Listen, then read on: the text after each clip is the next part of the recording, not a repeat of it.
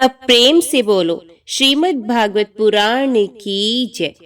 भगवान श्री कृष्ण ने कहा, प्यारे उद्धव, आत्मा बद्ध है या मुक्त है, इस प्रकार की व्याख्या या व्यवहार मेरे अधीन रहने वाले सत्व आदि गुणों की उपाधि से ही होता है।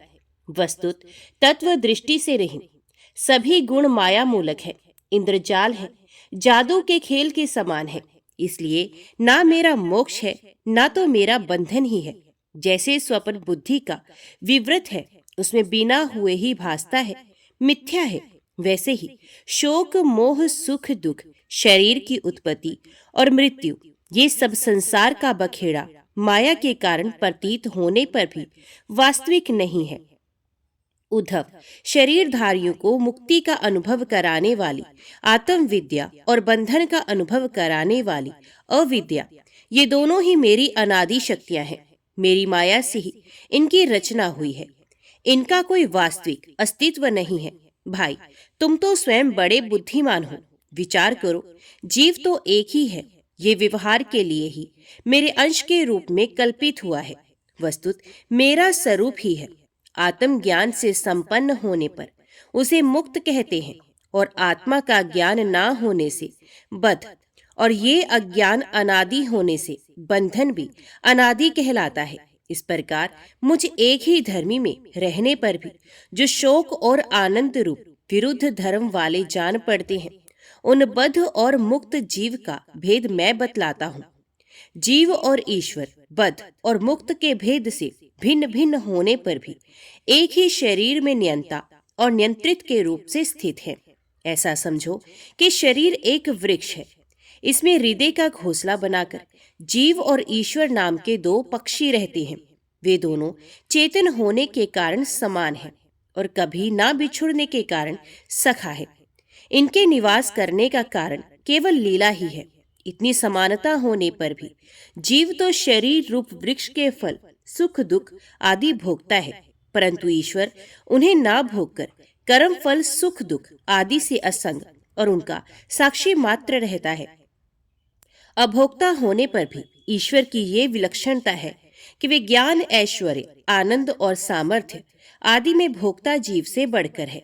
साथ ही एक ये भी विलक्षणता है कि अभोक्ता ईश्वर तो अपने वास्तविक स्वरूप और इसके अतिरिक्त जगत को भी जानता है, परंतु भोक्ता जीव न अपने वास्तविक रूप को जानता है और न ही अपने से अतिरिक्त को।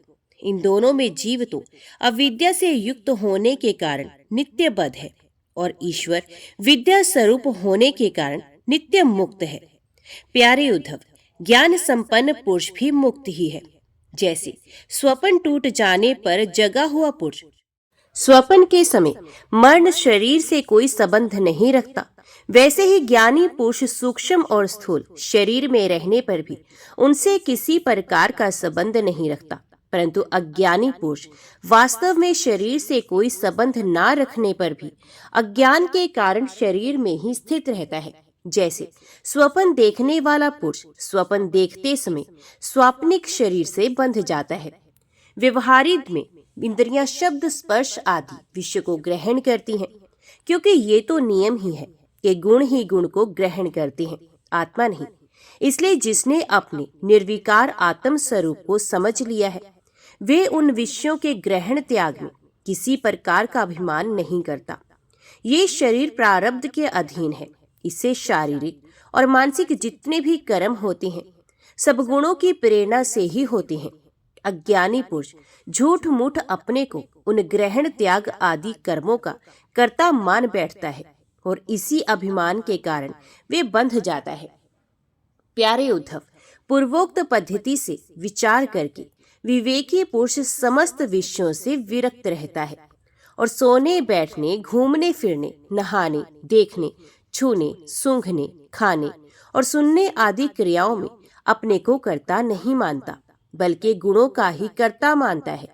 गुण ही सभी कर्मों के कर्ता भोगता है। ऐसा जानकर विद्वान पुरुष कर्म वासना और फलों से नहीं बंधते। वे प्रकृति में रहकर भी वैसे ही असंग रहते हैं। जैसे स्पर्श आदि से आकाश, जल की आर्द्रता आदि से सूर्य और गंध आदि से वायु, उनकी विमान बुद्धि की तलवार संग भावना की सान से और भी तीखी हो जाती है और वे उससे अपने सारे संशय संदेहों को काट कूट कर फेंक देते हैं। जैसे कोई स्वप्न से जाग उठा हो, उसी प्रकार वे इस भेद बुद्धि के भ्रम से मुक्त हो जाते हैं।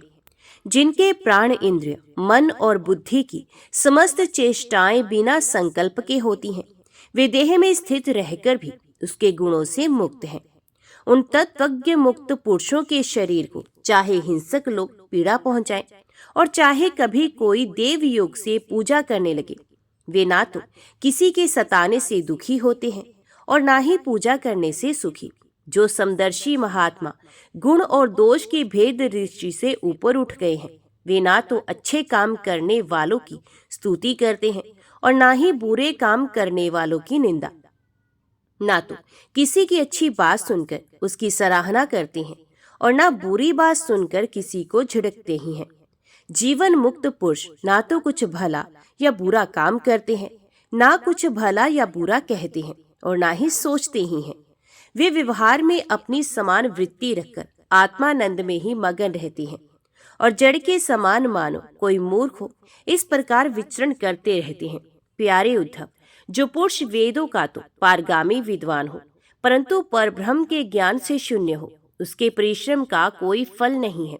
वे तो वैसा ही है जैसे बिना दूध की गाय का पालने वाला।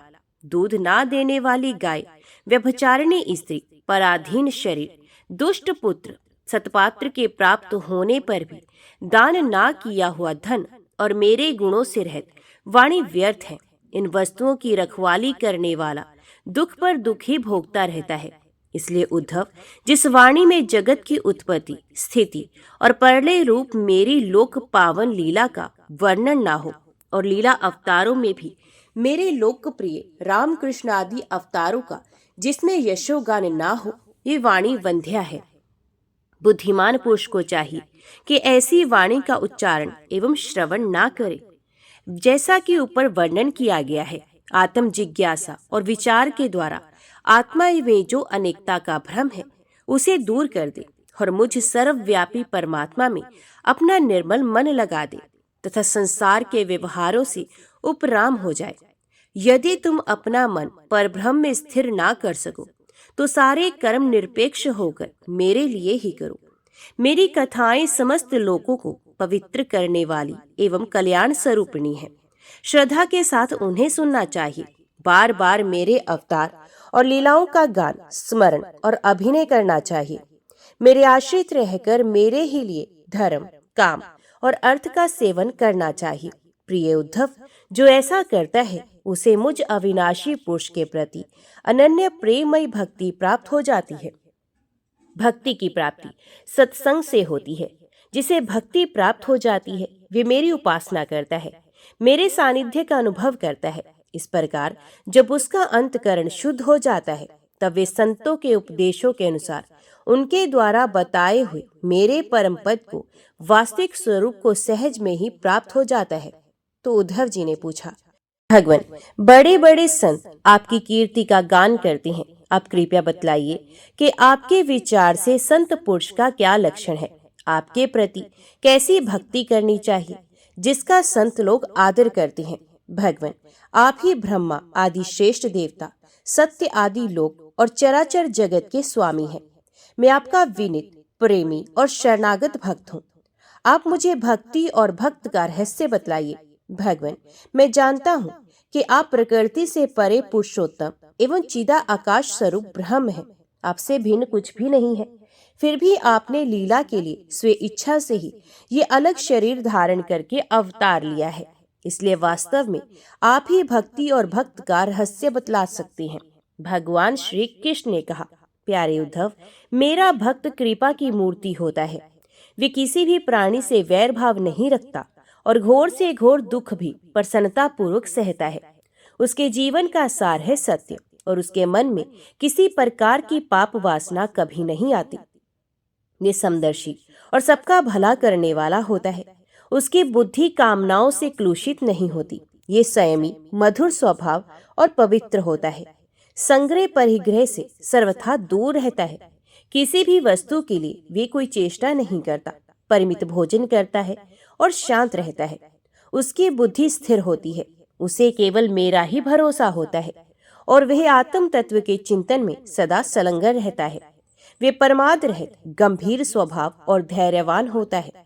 भूख प्यास, शोक मोह और जन्म मृत्यु से 6 उसके वश में रहते हैं।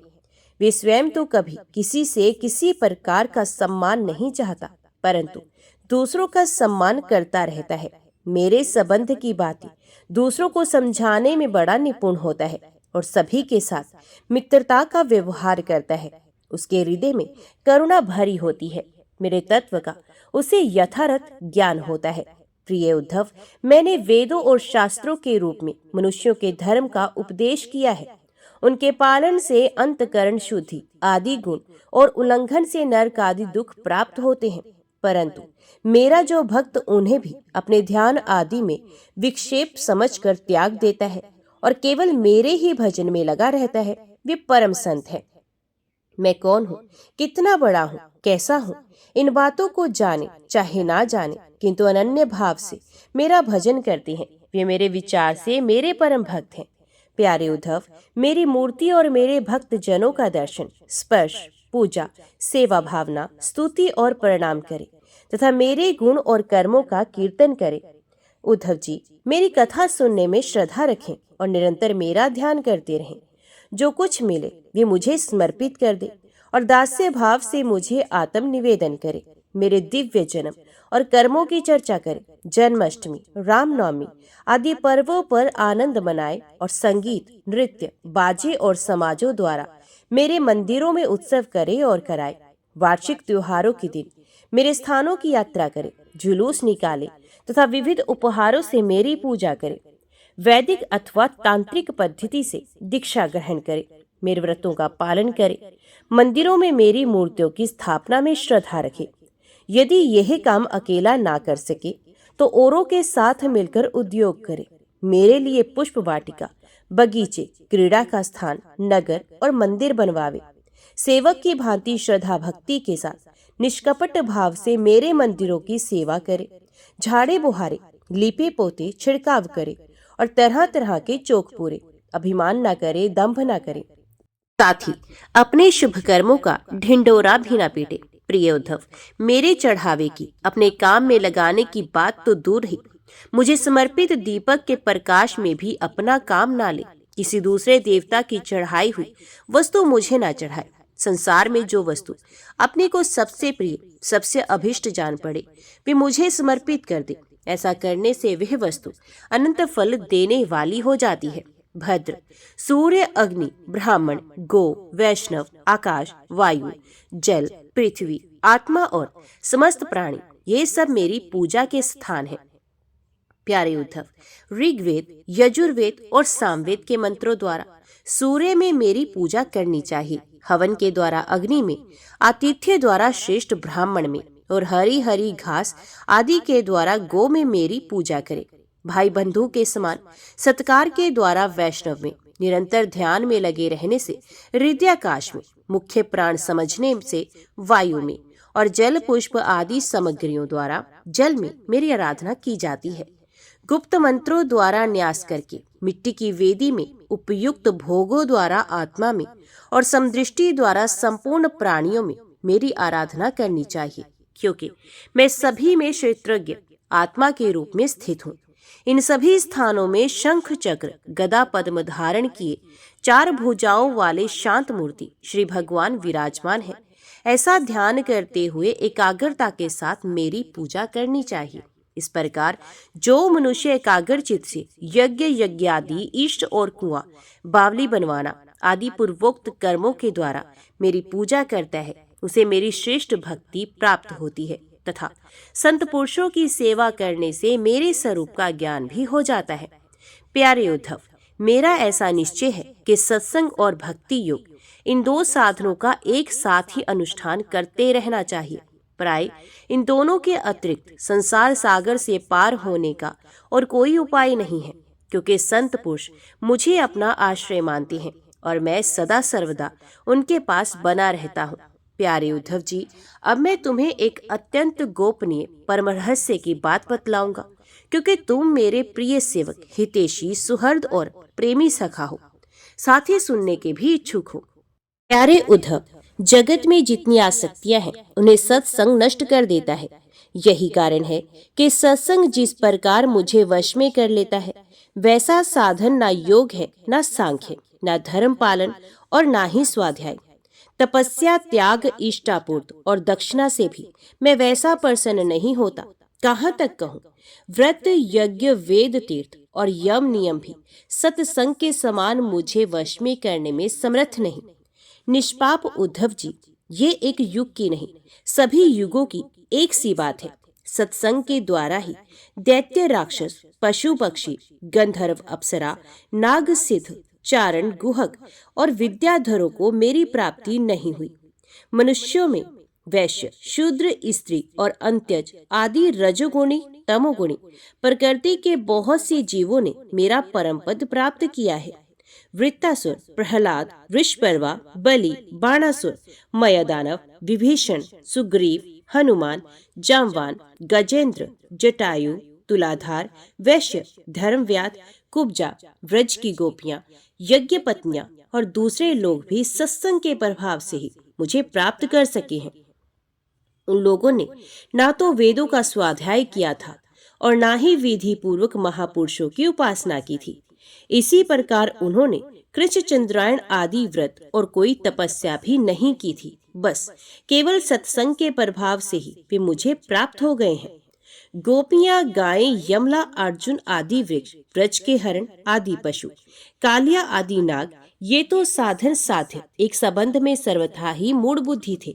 इतने ही नहीं, ऐसे ऐसे और भी बहुत हो गए हैं जिन्होंने केवल प्रेम पूर्ण भाव के द्वारा ही अनायास मेरी प्राप्ति कर ली और कृत्य कृत्य हो गए।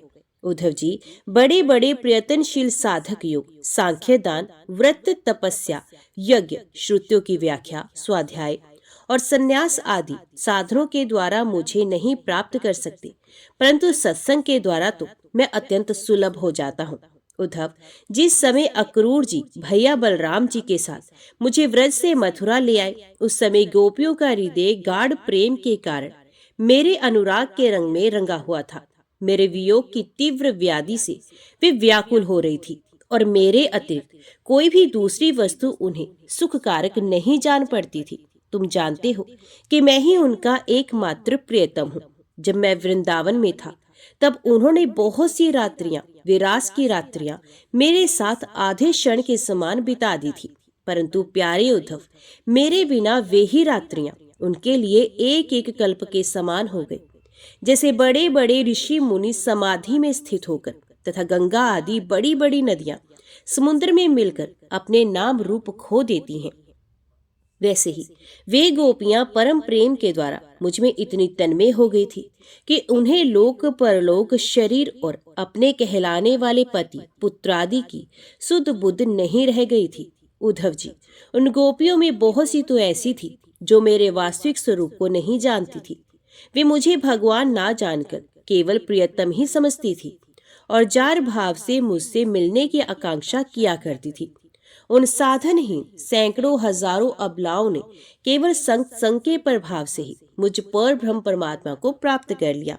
इसलिए उद्धव जी, तुम श्रुति, स्मृति, विधि, निषेध, प्रवृत्ति, निवृत्ति और सुनने योग्य तथा सुने हुए विषय का भी परित्याग करके सर्वत्र मेरी ही भावना करते हुए समस्त प्राणियों के आत्म स्वरूप मुझ एक की ही शरण संपूर्ण रूपों से ग्रहण करो, क्योंकि मेरी शरण में आ जाने से तुम सर्वथा निर्भय हो जाओगे।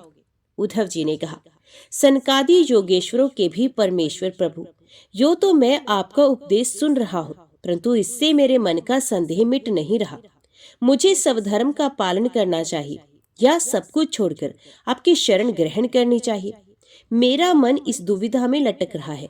आप कृपा करके मुझे भली भांति समझाइए। भगवान श्री कृष्ण ने कहा, प्रिय उद्धव, जिस परमात्मा का परोक्ष रूप से वर्णन किया जाता है वे साक्षात अपरोक्ष प्रत्यक्ष ही है, क्योंकि वे ही निखिल वस्तुओं को सत्ता स्फूर्ति जीवन दान करने वाले हैं। वे ही पहले अनाहत नाद स्वरूप परावाणी नामक प्राण के साथ मूलाधार चक्र में प्रवेश करते हैं। उसके बाद मणिपुर चक्र में आकर पश्यंती वाणी का मनो में सूक्ष्म रूप धारण करती हैं। तदंतर कंठ देश में स्थित विशुद्ध नामक चक्र में आती हैं और वहां मध्यमा वाणी के रूप में व्यक्त होती हैं। फिर क्रमश मुख में आकर ऋषभ, दीर्घादि मात्र, उदात, अनुदात आदि स्वर तथा ककुराद वर्ण रूप स्थूल वैखरी वाणी का रूप ग्रहण कर लेती हैं। अग्नि आकाश में ऊष्मा अथवा विद्युत के रूप से अव्यक्त रूप में स्थित है। अब बलपूर्वक काष्ठ मंथन किया जाता है तो वायु की सहायता से वे पहले अत्यंत सूक्ष्म चिंगारी के रूप में प्रकट होती है और फिर आहुति देने पर प्रचंड रूप धारण कर लेती है। वैसे ही मैं भी शब्द ब्रह्म स्वरूप से क्रमश परापश्यंती, मध्यमा और वैखरी वाणी के रूप में प्रकट होता हूँ।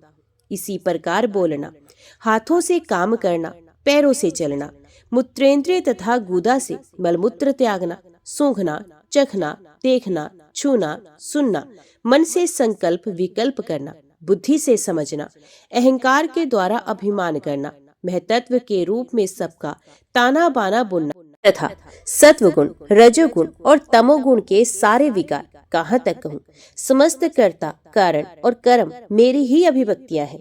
वे सबको जीवित करने वाला परमेश्वर ही इस त्रिगुणमय ब्रह्मांड कमल का कारण है। ये आदि पुरुष पहले एक और व्यक्त था।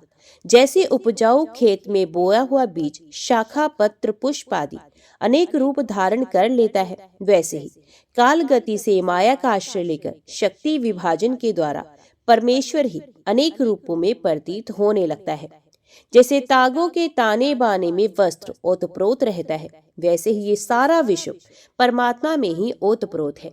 जैसे सूत के बिना वस्त्र का अस्तित्व नहीं, किंतु सूत वस्त्र के बिना भी रह सकता है, वैसे ही जगत के ना रहने पर भी परमात्मा रहता है, किंतु ये जगत परमात्मा स्वरूप ही है। परमात्मा के बिना इसका कोई अस्तित्व ही नहीं। ये संसार वृक्ष अनादि और प्रवाह रूप से नित्य है, इसका स्वरूप ही है कर्म की परंपरा तथा इस वृक्ष के फल फूल है मोक्ष और भोग। इस संसार वृक्ष के दो बीज हैं, पाप और पुण्य, असंख्य वासनाएं जड़ें हैं और 3 गुण तने हैं।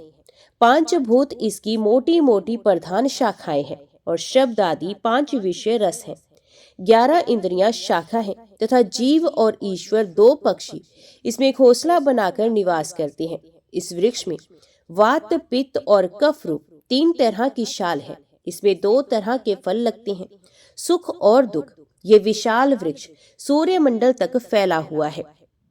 जो गृहस्थ शब्द, रूप, रस आदि विषयों में फंसे हुए हैं, वे कामना से भरे हुए होने के कारण गीध के समान हैं। वे इस वृक्ष का दुख रूप फल भोगते हैं, क्योंकि वे अनेक प्रकार के कर्मों के बंधन में फंसे रहते हैं।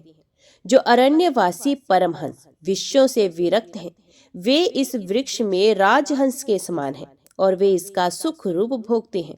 प्रिय उद्धव, वास्तव में मैं एक ही हूँ। ये मेरा जो अनेकों प्रकार का रूप है, वे तो केवल माया में है। जो इस बात को गुरुओं के द्वारा समझ लेता है, वही वास्तव में समस्त वेदों का रहस्य जानता है। अतः उद्धव, तुम इस प्रकार गुरुदेव की उपासना रूप अनन्य भक्ति के द्वारा अपने ज्ञान की कुल्हाड़ी को तीखी कर लो और उसके द्वारा धैर्य एवं सावधानी से जीव भाव को काट डालो। फिर परमात्मा स्वरूप होकर इस वृत्ति रूप अस्त्रों को भी छोड़ दो और अपने अखंड स्वरूप में ही स्थित हो रहो। प्रिय उद्धव, सत्व, रज और तम ये तीनों प्रकृति के गुण हैं, आत्मा के नहीं। सत्व के द्वारा रज और तम इन 2 गुणों पर विजय प्राप्त कर लेनी चाहिए। तदंतर सत्व गुण की शांत वृत्ति के द्वारा उसकी दया आदि वृत्तियों को भी शांत कर देना चाहिए। जब सत्व गुण की वृद्धि होती है, तभी जीव को मेरे भक्ति रूप स्वधर्म की प्राप्ति होती है। निरंतर सात्विक वस्तुओं का सेवन करने से सत्वगुण की वृद्धि होती है और तब मेरे भक्ति रूप स्वधर्म में प्रवृत्ति होने लगती है। जिस धर्म के पालन से सत्वगुण की वृद्धि हो, वही सबसे श्रेष्ठ है। वे धर्म रजोगुण और तमोगुण को नष्ट कर देता है। जब वे दोनों नष्ट हो जाते हैं, तब उन्हीं के कारण होने वाला अधर्म भी शीघ्र ही मिट जाता है। शास्त्र, जल, प्रजाजन, देश, समय, कर्म, जन्म, ध्यान, मंत्र और संस्कार, ये 10 वस्तुएं यदि सात्विक हों तो सत्वगुण की, राजसिक हों तो रजोगुण की और तामसिक हों तो तमोगुणी वृद्धि करती हैं। इसमें से शास्त्रज्ञ महात्मा जिनकी प्रशंसा करते हैं वे सात्विक हैं, जिनकी निंदा करते हैं वे तामसिक हैं, और जिनकी उपेक्षा करते हैं वे वस्तुएं राजसिक हैं। जब तक अपने आत्मा का साक्षात्कार तथा स्थूल सूक्ष्म शरीर और उनके कारण तीनों गुणों की निर्वृत्ति ना हो, तब तक मनुष्य को चाहिए कि सत्व गुण की वृद्धि के लिए सात्विक शास्त्र आदि का ही सेवन करे, क्योंकि उससे धर्म की वृद्धि होती है और धर्म की वृद्धि से अंतकरण शुद्ध होकर आत्म तत्व का ज्ञान होता है। बांसों की रगड़ से आग पैदा होती है और वे उनके सारे वन को जलाकर शांत कर देती है। वैसे ही ये शरीर गुणों के वैषम्य से उत्पन्न हुआ है। विचार द्वारा मंथन करने पर इससे ज्ञान अग्नि प्रज्वलित होती है और वह समस्त शरीरों एवं गुणों को भस्म करके स्वयं भी शांत हो जाती है। उद्धव जी ने पूछा, भगवान, प्राय सभी मनुष्य इस बात को जानते हैं कि विषय विपत्तियों के घर हैं, फिर भी कुत्ते, गधे और बकरे के समान दुख सहन करके भी उन्हीं को भोगते रहते हैं। इसका क्या कारण है? भगवान श्री कृष्ण ने कहा, प्रिय उद्धव, जीव जब अज्ञानवश अपने स्वरूप को भूलकर हृदय से सूक्ष्म स्थूल आदि शरीर में अहम बुद्धि कर बैठता है, जो कि सर्वथा भ्रम ही है, तब उसका सत्व प्रधान मन घोर रजोगुण की ओर झुक जाता है, उसे व्याप्त हो जाता है। बस जहां मन में रजोगुण की प्रधानता हुई कि उसमें संकल्प विकल्पों का तांता बंध जाता है। अब वह विषयों का चिंतन करने लगता है और अपनी दुर्बुद्धि के कारण काम के फंदों में फंस जाता है, जिससे फिर छुटकारा होना बहुत ही कठिन है। अब वे अज्ञानी कामवश अनेकों प्रकार के कर्म करने लगता है और इंद्रियों के वश होकर ये जानकर भी कि इन कर्मों का अंतिम फल दुख ही है, उन्हीं को करता है। उस समय वे रजोगुण के तीव्र वेग से अत्यंत मोहित रहता है। यद्यपि विवेकी पुरुष का चित्त भी कभी कभी रजोगुण और तमोगुण के वेग से विक्षिप्त होता है, तथापि उसके विषयों में दोष वृत्ति बनी रहती है। इसलिए वे बड़ी सावधानी से अपने चित्त को एकाग्र करने की चेष्टा करता रहता है, जिसे उसकी विषयों में आसक्ति नहीं होती। साधक को चाहिए कि आसन पर प्राण वायु पर विजय प्राप्त कर अपनी शक्ति और समय के अनुसार बड़ी सावधानी से धीरे धीरे मुझ में अपना मन लगाए और इस प्रकार अभ्यास करते समय अपनी असफलता देखकर तनिक भी उबे नहीं, बल्कि और भी उत्साह से उसी में जुड़ जाए।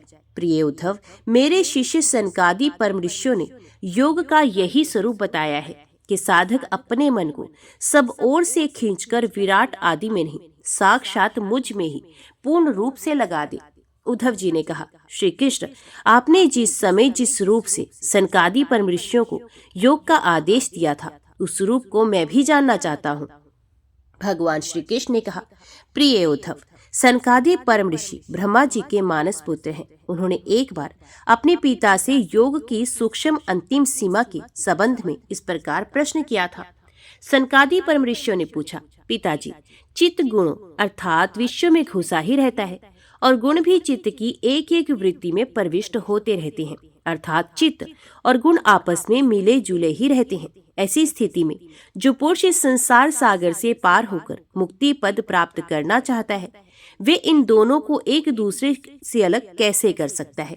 भगवान श्री कृष्ण कहते हैं, प्रिय उद्धव, यद्यपि ब्रह्मा जी सब देवताओं के शिरोमणि, स्वयंभू और प्राणियों के जन्मदाता है, फिर भी सनकादि परम ऋषियों के इस प्रकार पूछने पर ध्यान करके वे इस प्रश्न का मूल कारण ना समझ सके, क्योंकि उनकी बुद्धि कर्म प्रवण थी।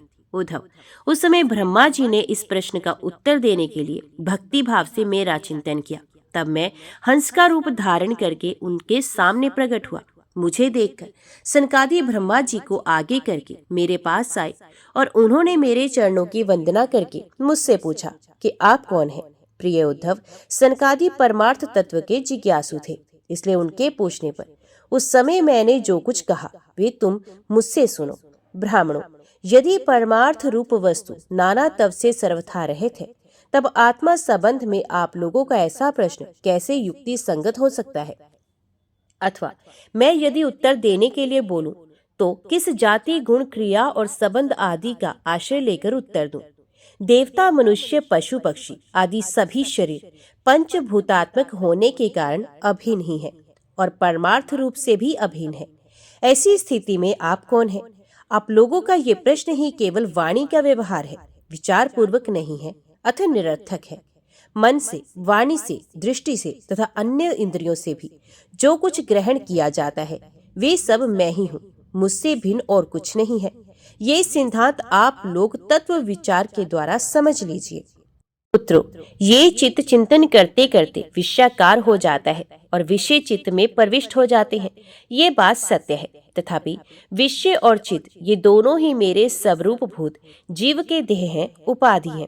अर्थात आत्मा का चित्त और विषय के साथ कोई संबंध ही नहीं है। इसलिए बार बार विषयों का सेवन करते रहने से जो चित्त विषयों में आसक्त हो गया है और विषय भी चित्त में प्रविष्ट हो गए हैं, इन दोनों को अपने वास्तविक से अभिन्न मुझ परमात्मा का साक्षात्कार करके त्याग देना चाहिए। जागृत, स्वप्न और सुषुप्ति ये तीनों अवस्थाएं सत्व आदि गुणों के अनुसार होती हैं और बुद्धि की वृत्तियां हैं, सच्चिदानंद का स्वभाव नहीं। इन वृत्तियों का साक्षी होने के कारण जीव उनसे विलक्षण है। ये सिद्धांत श्रुति, युक्ति और अनुभूति से युक्त है, क्योंकि बुद्धि वृत्तियों के द्वारा होने वाला ये बंधन ही आत्मा में त्रिगुणमय वृत्तियों का दान करता है। इसलिए तीनों अवस्थाओं से विलक्षण और उनमें अनुगत मुझ तुरय तत्व में स्थित होकर इस बुद्धि के बंधन का परित्याग कर दे, तब विषय और चित्त दोनों का युगपत त्याग हो जाता है।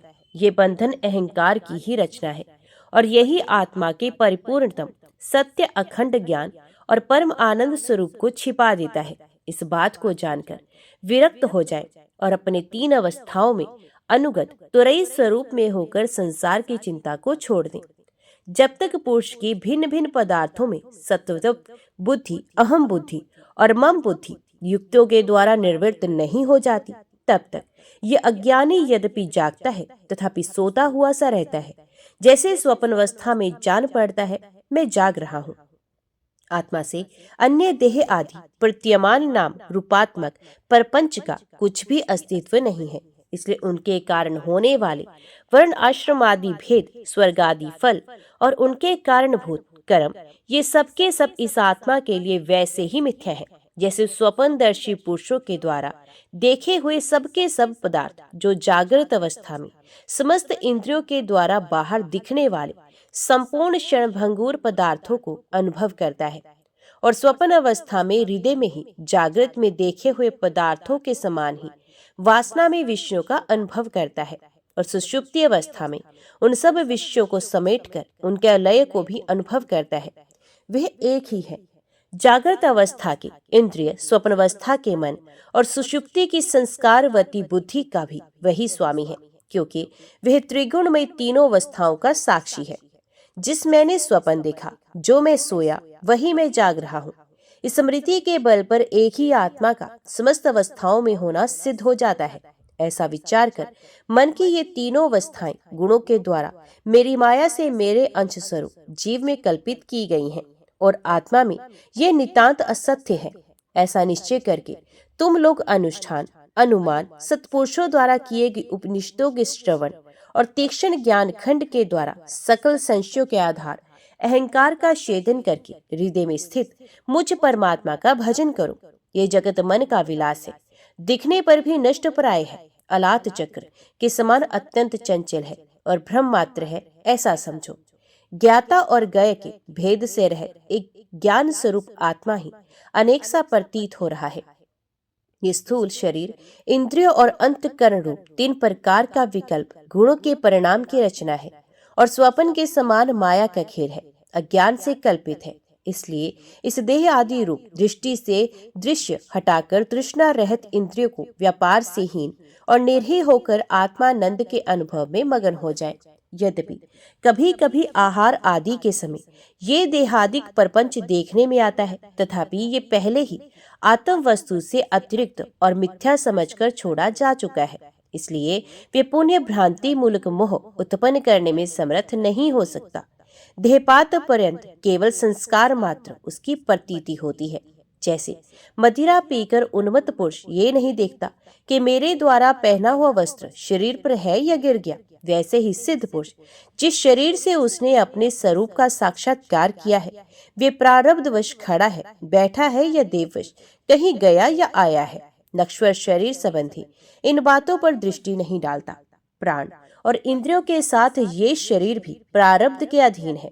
इसलिए अपने बनाने वाले कर्म जब तक हैं तब तक उनकी प्रतीक्षा करता ही रहता है, परंतु आत्म वस्तु का साक्षात्कार करने वाला तथा समाधि पर्यंत योग में आरूढ़ पुरुष स्त्री पुत्र धन आदि परपंच के सहित उस शरीर को फिर कभी स्वीकार नहीं करता, अपना नहीं मानता।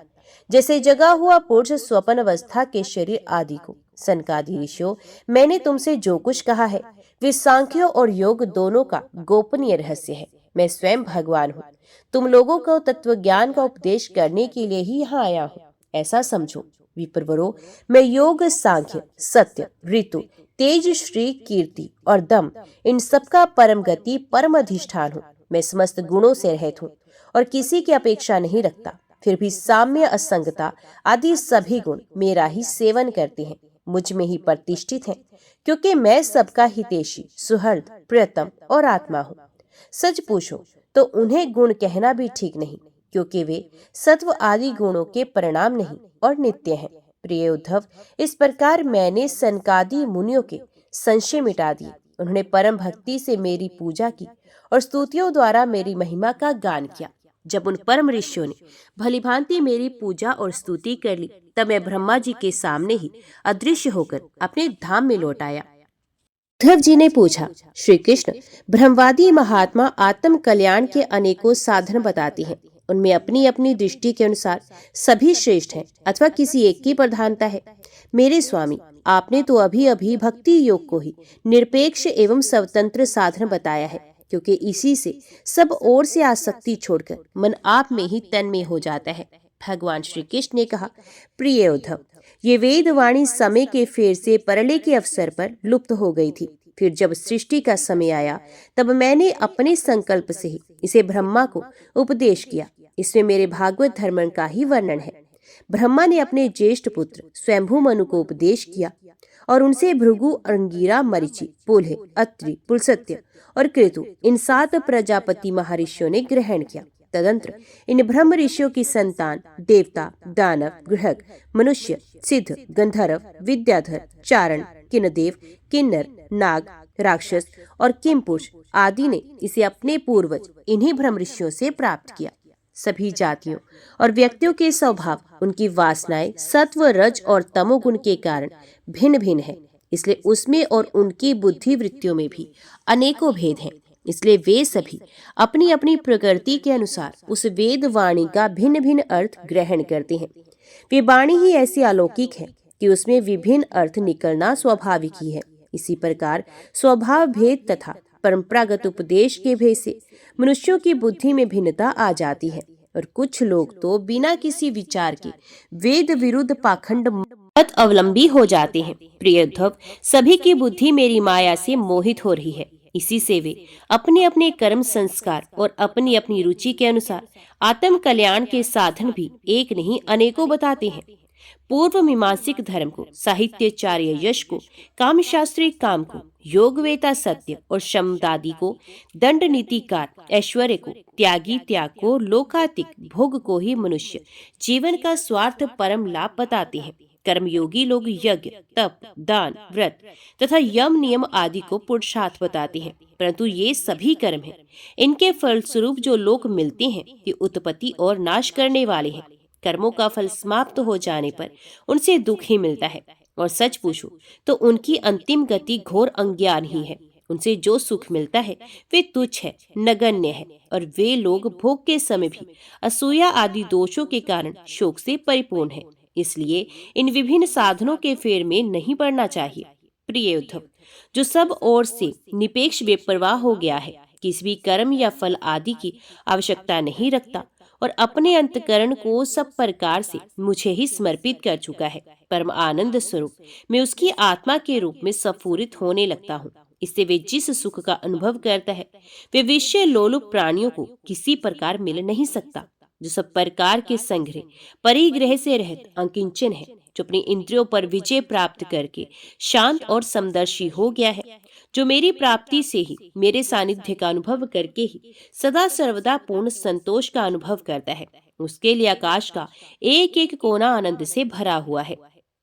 जिसने अपने को मुझे सौंप दिया, वे मुझे छोड़कर ना तो ब्रह्मा का पद चाहता है, ना देवराज इंद्र का।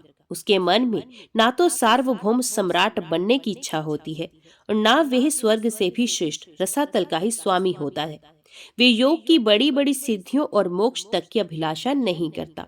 उद्धव, मुझे तुम्हारे जैसे प्रेमी भक्त जितने प्रियतम हैं, उतने प्रिय मेरे पुत्र ब्रह्मा, आत्मा शंकर, सगे भाई बलराम जी, स्वयं अर्धांगिनी लक्ष्मी जी और मेरा अपना आत्मा भी नहीं है, जिसे किसी की अपेक्षा नहीं, जो जगत के चिंतन से सर्वथा उपरत होकर मेरे ही मनन चिंतन में तल्लीन रहता है और राग द्वेष ना रखकर सबके प्रति समान दृष्टि रखता है। उस महात्मा के पीछे पीछे मैं निरंतर ये सोचकर घूमा करता हूँ कि उसके चरणों की धूल उड़कर मेरे ऊपर पड़ जाए और मैं पवित्र हो जाऊं, जो सब प्रकार के संग्रह परिग्रह से रहित है, यहाँ तक कि शरीर आदि में भी अहंता ममता नहीं रखते, जिनका चित्त मेरे ही प्रेम के रंग में रंग गया है, जो संसार की वासनाओं से शांत उपरत हो चुके हैं और जो अपनी पहतता उदारता के कारण स्वभाव से ही समस्त प्राणियों के प्रति दया और प्रेम का भाव रखते हैं।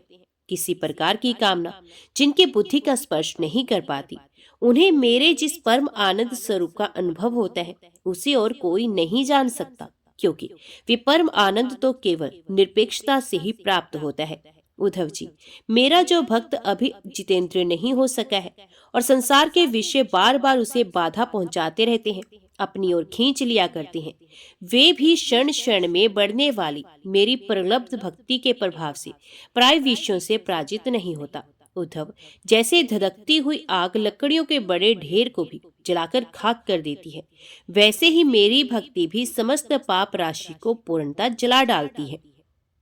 उद्धव, योग साधन, ज्ञान विज्ञान, धर्म अनुष्ठान, जप पाठ, तप त्याग मुझे प्राप्त कराने में उतने समर्थ नहीं है जितनी दिनों दिन बढ़ने वाली अनन्य प्रेममयी मेरी भक्ति। मैं संतों का प्रियतम आत्मा हूँ। मैं अनन्य श्रद्धा और अनन्य भक्ति से ही पकड़ में आता हूँ। मुझे प्राप्त करने का ये एक ही उपाय है, मेरी अनन्य भक्ति। उन लोगों को भी पवित्र जाति दोष से मुक्त कर देती है जो जन्म से ही चांडाल है। इसके विपरीत जो मेरी भक्ति से वंचित हैं, उनके चित्त को सत्य और दया से युक्त, धर्म और तपस्या से युक्त विद्या भी भलीभांति पवित्र करने में असमर्थ है। जब तक सारा शरीर पुलकित नहीं हो जाता, चित्त पिघलकर गदगद नहीं हो जाता, आनंद के आंसू आंखों से छलकने नहीं लगते तथा अंतरंग और बहिरंग भक्ति की बाढ़ में चित्त डूबने उतराने नहीं लगता, तब तक इसके शुद्ध होने की कोई संभावना नहीं है। जिसकी वाणी प्रेम से गदगद हो रही है, चित्त पिघलकर एक ओर बहता रहता है, एक क्षण के लिए भी रोने का तांता नहीं टूटता, परंतु जो कभी कभी खिलखिलाकर हंसने भी लगता है, कहीं लाज छोड़कर ऊंचे स्वर से गाने लगता है तो कहीं नाचने गाने लगता है। भैया उद्धव, मेरा वे भक्त ना केवल अपने को बल्कि सारे संसार को पवित्र कर देता है। जैसे आग में तपाने पर सोना मैल छोड़ देता है, निखर जाता है और अपने असली शुद्ध रूप में स्थित हो जाता है, वैसे ही मेरे भक्ति योग के द्वारा आत्मा कर्म वासनाओं से मुक्त होकर मुझको ही प्राप्त हो जाती है, क्योंकि मैं ही उसका वास्तविक स्वरूप हूँ। उद्धव जी, मेरी परम पावन लीला कथा के श्रवण कीर्तन से ज्यों जो चित्त का मैल धुलता जाता है, त्यों त्यों उसे सूक्ष्म वस्तु के वास्तविक तत्व के दर्शन होने लगते हैं। जैसे अंजन के द्वारा नेत्रों का दोष मिटने पर उसमें सूक्ष्म वस्तुओं को देखने की शक्ति आने लगती है। जो पुरुष निरंतर विषय चिंतन किया करता है, उसका चित्त विश्व में फंस जाता है, और जो मेरा स्मरण करता है, उसका चित्त मुझ में तल्लीन हो जाता है। इसलिए तुम दूसरे साधनों और फलों का चिंतन छोड़ दो। अरे भाई, मेरे अतिरिक्त और कुछ है ही नहीं। जो कुछ जान पड़ता है वे ठीक वैसा ही है जैसे स्वप्न अथवा मनोरथ का राज्य। इसलिए मेरे चिंतन से तुम अपना चित्त शुद्ध कर लो और उसे पूरी तरह से एकाग्रता से मुझ में ही लगा दो। सैमी पुरुष स्त्रियों और उनके प्रेमियों का संग दूर से ही छोड़कर पवित्र एकांत स्थान में बैठकर बड़ी सावधानी से मेरा ही चिंतन करें। प्यारे उद्धव, स्त्रियों के संग से और स्त्री संगियों के लंपटों के संग से पुरुष को जैसे कलेश और बंधन में पड़ना पड़ता है, वैसा कलेश और फसावट और किसी के भी संग से नहीं होते। उद्धव जी ने पूछा, कमल नयन श्याम सुंदर, आप कृपा करके ये बतलाइए कि मुमुक्षु पुरुष आपका किस रूप से, किस प्रकार और किस भाव से ध्यान करें। भगवान श्री कृष्ण ने कहा, प्रिय उद्धव, जो ना तो बहुत ऊंचा हो ना बहुत नीचा ही। ऐसे आसन पर शरीर को सीधा रखकर आराम से बैठ जाए। हाथों को अपनी गोद में रख ले और दृष्टि अपनी नासिका के अग्र भाग पर जाए। इसके बाद पूरक, कुंभक और रेचक तथा रेचक, कुंभक और पूरक, इन प्राणायामों के द्वारा नाड़ियों का शोधन करें। प्राणायाम का अभ्यास धीरे धीरे बढ़ाना चाहिए और उसके साथ साथ इंद्रियों को जीतने का भी अभ्यास करना चाहिए। हृदय में कमल नालगर पतले सूत के समान ओंकार का चिंतन करें। प्राण के द्वारा उसे ऊपर ले जाएं और उसमें घंटानाद के समान स्वर स्थित करें। उस स्वर का तांता टूटने ना पाए। इस प्रकार प्रतिदिन 3 समय 10-10 बार ओंकार सहित प्राणायाम का अभ्यास करो। ऐसा करने से 1 महीने के अंदर ही प्राण वायु वश में हो जाता है। इसके बाद ऐसा चिंतन करें कि हृदय एक कमल है और वह शरीर के भीतर इस प्रकार स्थित है मानो उसकी डंडी तो ऊपर की ओर है और मुंह नीचे की ओर। अब ध्यान करना चाहिए कि उसका मुख ऊपर की ओर होकर खिल गया है। उसकी 8 पंखुड़ियां हैं और उनके बीचों बीच पीली पीली अत्यंत सुकुमार गद्दी है। कर्णिका पर क्रमश सूर्य, चंद्रमा और अग्नि का न्यास करना चाहिए। तदंतर अग्नि के अंदर मेरे इस रूप का स्मरण करना चाहिए। मेरा ये स्वरूप ध्यान के लिए बड़ा ही मंगलमय है। मेरे अवयवों की गठन बड़ी ही सुडोल है। रोम रोम से शांति टपकती है। मुख कमल अत्यंत प्रफुल्लित और सुंदर है। घुटनों तक लंबी मनोहर 4 भुजाएं हैं। बड़ी ही सुंदर और मनोहर गर्दन है। मरकत मणि के समान सुनिग्ध कपोल है। मुख पर मंद मंद मुस्कान की अनोखी ही छटा है। दोनों ओर के कान बराबर हैं और उसमें मकड़ाकृत कुंडल झिलमिल झिलमिल कर रहे हैं। वर्षाकालीन मेघ के समान श्यामल शरीर पर पीतांबर फहरा रहता है।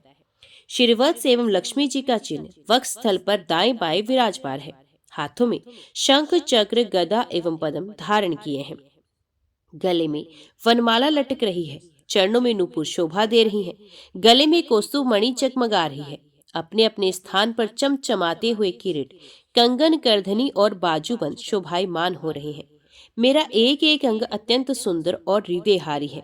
सुंदर मुख और प्यार भरी चितवन कृपा प्रसाद की वर्षा कर रही है। उद्धव, मेरे इस सुकुमार रूप का ध्यान करना चाहिए और अपने मन को एक एक अंग में लगाना चाहिए।